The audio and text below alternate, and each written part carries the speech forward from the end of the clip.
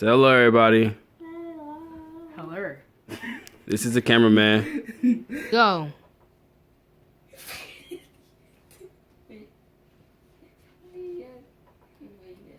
Wetin be your name? My name na Kwaza Waza Kwakwikwa Kwaza. Tabulaza. What? Abeg, wetin be your name again? Call am again. Wetin be your name? I say my name na Kwaza Waza Kwakwikwa Kwaza. Tabulaza. Chai, you fit spell am? I don't fit spell am. Call am again. Kwaza Waza Kwakwikwa Kwaza. Tabulaza. Jesus.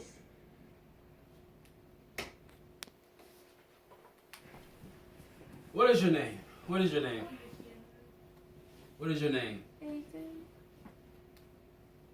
Everyone has a name, and each one of our names has a meaning, even if it is just your name. My name is DeAndre Ruth, and I'll be taking you on a trip to the West African nation of Ghana. We will see how people's names are viewed differently between Africa and America. We will see the structures of our names, what do they mean, and how your name is typically used in a scenario in which somebody might want to find you. Let's start with America. In America, most of the names usually follow the same format: first, middle, and last name. Your first name can come from whatever name your parents saw fit to give you. Your middle name can come from a variety of things, whether it be a family name or just a name your parents just want to shoehorn in. Your last name is usually named based off either your mother or your father. In my case, I got my name from my mother. So now you know, now you have your name, what does it mean? Most people, our name means, well, just basically it. It just means our name. But your name is a signature of who you are and where you've been. If someone were to look you up by your name, they may get hundreds of others with the same name, or they may just get one. According to how many of me, on average, there are about 628 people nationwide with your exact same name. But your name will always point back to you eventually. To some people, your name could have some kind of special meaning to either you or your family. Going on with that idea, let's look at somebody may want to find you. In America, it's pretty easy to find somebody. You go look in the phone book and it takes you to that person. However, if you were to go on the street,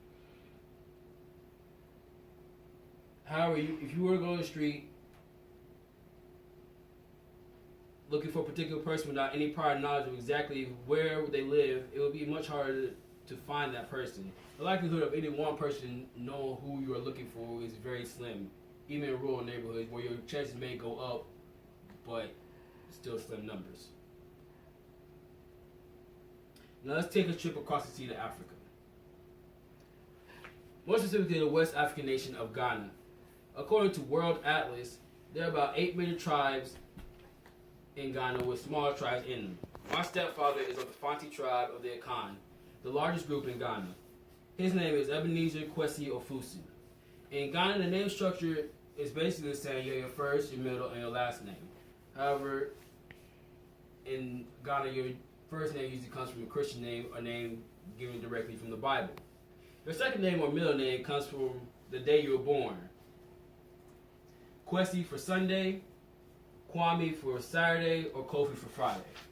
I was born on a Saturday, so if I was born in Ghana, my middle name would have been Kwame. These are just a few examples. This name is the name your family usually uses to address you while in the house, instead of like a first or a date name. If you were born on Sunday, they would call you Kwesi. If you were born on Saturday, call you Kwame. Sunday, Kofi, on a day-to-day basis. Finally, you get your last name, which also typically is typically a surname. However, in Ghana, you never get your surname from your mother. The surname is always comes from the father. In Ebenezer's case, he got his great-grandfather's surname, and in turn, he gave his kids his father's surname. Not only does his surname tell what family you were born, but also tells what tribe you're also from. If you were to go to Ghana and mention Ofusu, then in a lot of villages, then a person will automatically know that you're talking about someone from the Akan tribe.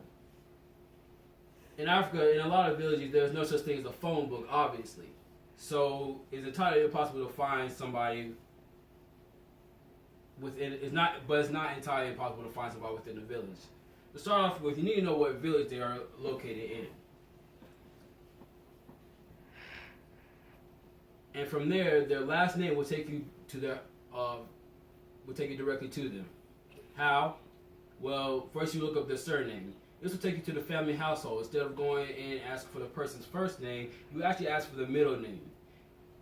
And then that person will present themselves to you.